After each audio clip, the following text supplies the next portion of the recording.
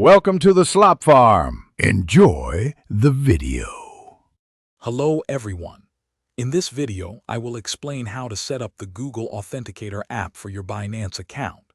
This process adds an essential layer of security, making your account much safer. First, you will need to download the Google Authenticator application to your mobile device. Then, log into your Binance account on a web browser and find the security settings. This initial step is crucial for a smooth setup. Once you are in your Binance security settings, locate the Google Authenticator option. Click Enable or Manage to proceed. Binance will then present you with two key pieces of information, a unique QR code and a 16-digit setup key. Both of these are vital for linking your account to the Authenticator app, so pay close attention to them during this step.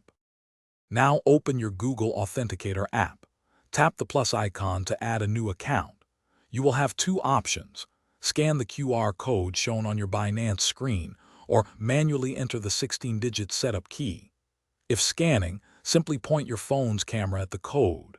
If entering manually, carefully type in the key.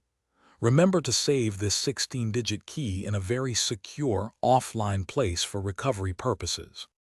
For the final step, return to your Binance setup page.